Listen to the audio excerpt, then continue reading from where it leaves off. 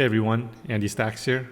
Today we're going to look at a series of hands from the recent APT tournament in Taipei, and this is the Mystery Bounty event, the first event that I attended for this series. For those that have followed me for many years know that my background has been primarily deep stack cash games, and so I'm excited to make this pivot and start documenting my tournament poker journey.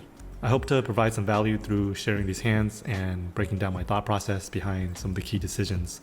And of course, all comments, critiques, and suggestions are welcome. And with that said, let's get right into it. So we started with a 40k starting stack, and I jumped in at the blind level of 300, 600 with a 600 ante. Just real quick to go over the chip denominations. Black is 100, the pink is 500, the yellow is 1000, and the blue is 5000. So the first playable hand I looked down at was Jack 10 offsuit, facing an under the gun raise from the player to my left to 1200. The player directly across from me calls his raise, everybody else folds. For me, this is an easy defend. So we go three ways to the flop, which comes ace, 10, ace. We hit a pair of 10s and make a standard check.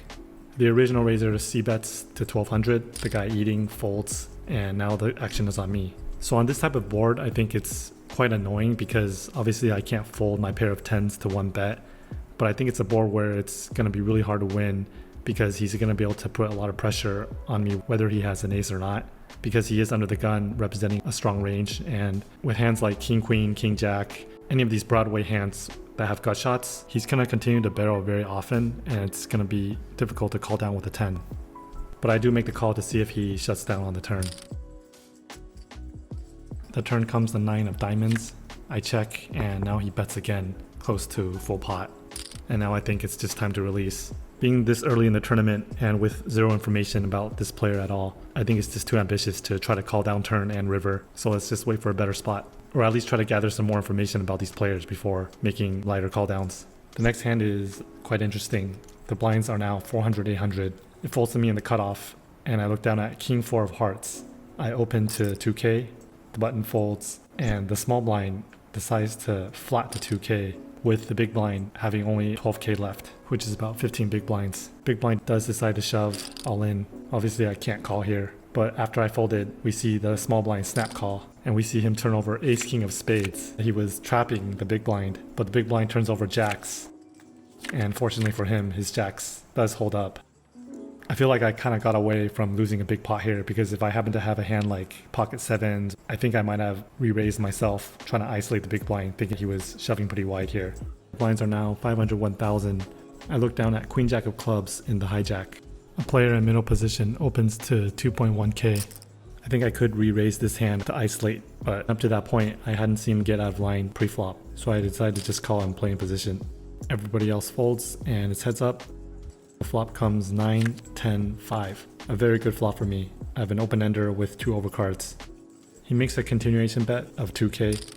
He still has all the strongest hands in his range here, so I decided to just call. And the turn is the beautiful 8 of clubs. Didn't even have to wait to turn the nuts. But now he slows down and checks. Obviously with the nuts in position, I'm not checking.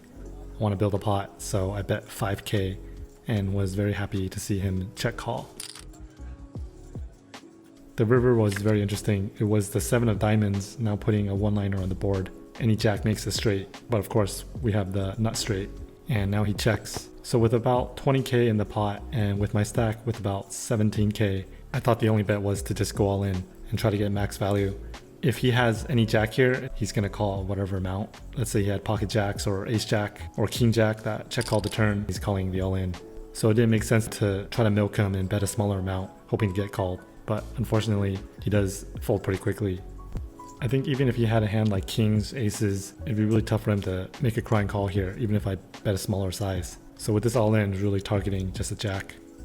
Blinds go up again, now small blind 600, big blind 1200. Everyone folds to me, I'm in middle position and look down at ace jack of hearts. Beautiful hand. I raise to 2.5k. Now the player to my direct left flat calls. Everybody else folds. We go heads up, and the flop comes king, queen, jack. I think this is a good board to start with a check. Pre-flop when he calls, he could be holding a lot of suited Broadway type hands that interact with this board a lot. Or he could have hands like pocket 3s, pocket 4s, where if I bet, he's never calling. But he may choose to bluff with them. So I go ahead and check, and we see that he bets 2k. The turn is not a great card. It's the 9 of diamonds. Any 10 makes a straight. I think it's pretty reasonable for him to have hands like Queen 10, Jack 10, King 10. So I am ready to release if he does bet on this turn. But he decides to check back. The river is the 3 of clubs. After I checked the turn, I didn't really see the option to turn my hand to a bluff here. I think if he has a hand like 2 pair, I've made it too easy for him to call. I was very surprised when I checked again and he checked back. Showed my pair of jacks and it was good. I think playing defensively on this type of board out of position works well with a variety of hands. Hands like what I had, Ace Jack, or if I had King 10, King Jack, Queen 10, Jack 10. All of these hands I think do well checking, because it makes it really hard for him to just keep blasting away if he doesn't have the straight himself, because he just can't be sure that we're not check calling with a hand that contains a 10 in this situation. The next hand, I'm in the big blind with 10-6 of spades, and we see the player across from me in middle position open pre-flop. Everybody folds. With this hand being suited, heads up, closing the action, I think it's an easy call. But if this hand was offsuit, I'd probably just fold. The flop comes 10, 10, 8. Giving me trip 10s. I check, and he makes a standard C bet.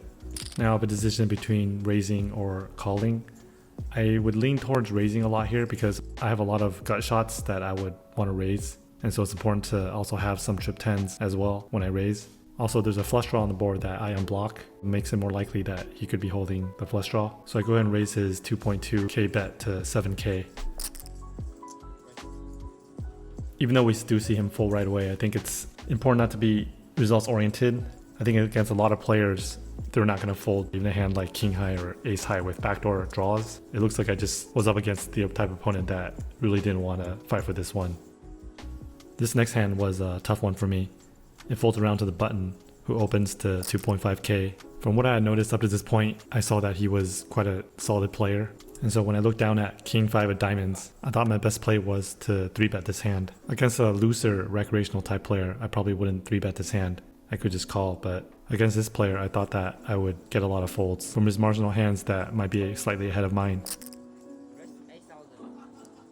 So I made it 8k and the big blind folds, but was not thrilled to see that he did decide to call. So we go heads up to the flop, and the flop was actually not bad. It was King 6-4 with 1 diamond. So I flopped top pair with a backdoor flush draw and a backdoor straight draw. With top pair here and not a great kicker, I think my hand works pretty well as a check, but I also thought that he could have a lot of pocket pairs like 7s, 8s that I could still get value from. So I decided to start with a down bet of 5.5k, and he does call. The turn is a very interesting card, the 8 of diamonds. Now it gives me a backdoor flush draw and a gutter to the 7.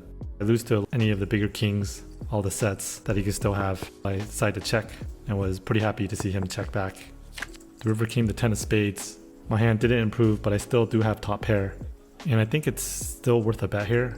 If he has a hand like Ace 6 suited, pocket 7s, if I check, he's going to check back. And so I think it's still good to try to squeeze out some value. So I went with a smaller size bet of 12.3k. He snap calls and quickly turns his hand over first, showing me King 9 of hearts. A hand that I was pretty surprised to see. Because this was a 3-bet pot, I did end up losing quite a bit here. With a 40k starting stack, I was left with about half, but that's still about 16 big blinds, so still a very workable stack and no real reason to panic. Looking back at this hand, I lost the hand, but I don't really mind the way I played it, but maybe there was a better line that I could have taken. Let me know what you guys think about this hand or any of the hands today. I'd love to hear everybody's comments and suggestions. That's all the hands for today. In the next one, we'll go on to the 700, 1400 blind level and see if I can make a comeback. So thanks for watching, guys, and catch you guys in the next one. 喜欢我的影片，不要忘记按赞、订阅、打开小铃铛。